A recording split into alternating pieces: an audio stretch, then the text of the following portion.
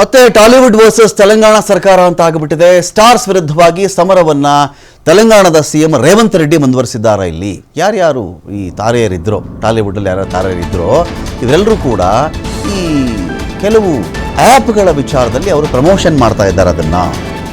ಇದೆಲ್ಲ ಮಾಡಬಾರ್ದು, ಜೂಜು ಆ್ಯಪ್ಗಳೆಲ್ಲ ಇವೆ, ಇದ್ರ ವಿರುದ್ಧ ಇವ್ರು ಯಾಕೆ ಪ್ರಮೋಷನ್ ಮಾಡ್ತಾ ಇದ್ದಾರೆ ಅಂತ ಒಬ್ಬರಲ್ಲ 25 ಜನ ಟಾಲಿವುಡ್ ಸ್ಟಾರ್ಗಳ ವಿರುದ್ಧವಾಗಿ FIR ದಾಖಲಾಗಿದೆ.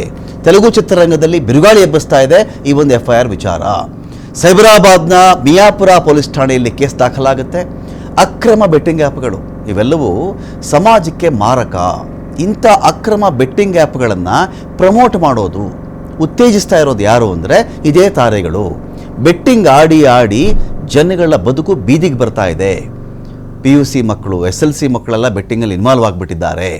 ಇಂಥ ಇನ್ವಾಲ್ವ್ಮೆಂಟ್ ವಿಚಾರಕ್ಕೆ ಸಂಬಂಧಪಟ್ಟಂತೆ ಇವ್ರನ್ನ ಈ ಥರ ಪ್ರಮೋಟ್ ಮಾಡೋದ್ರಿಂದನೇ ಅವರು ಉತ್ತೇಜಿತರಾಗ್ತಾರೆ, ಆ್ಯಪ್ ಡೌನ್ಲೋಡ್ ಮಾಡ್ಕೊಳ್ತಾರೆ, ಆ ನಂತರದಲ್ಲಿ ಅವರು ಅದನ್ನು ಪ್ರಮೋಟ್ ಮಾಡ್ಕೊಳ್ತಾರೆ. ಇದರಿಂದ ಮನೆಗಳು, ಸಂಸಾರ ಹಾಳಾಗ್ತಾ ಇವೆ.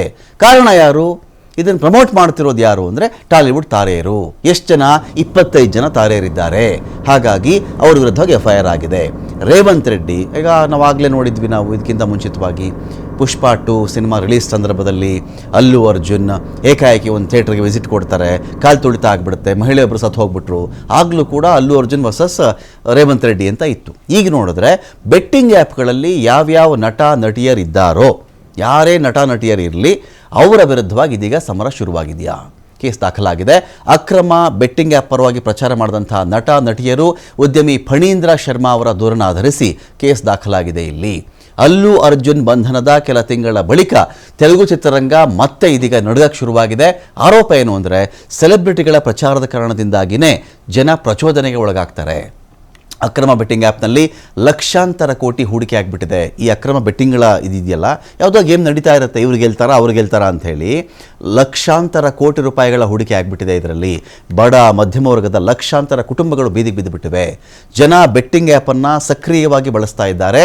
ಜನ ಕಷ್ಟಪಟ್ಟು ಸಂಪಾದನೆ ಮಾಡಿದಂಥ ಹಣವನ್ನು ಕಳೆದುಕೊಂಡಿದ್ದಾರೆ. ಇದೀಗ ಇಂತಹ ಆ್ಯಪ್ಗಳಲ್ಲಿ ಹೂಡಿಕೆ ಮಾಡುವುದಕ್ಕೆ ಜನರನ್ನು ಇವರು ಪ್ರಚೋದಿಸ್ತಾ ಇದ್ದಾರೆ.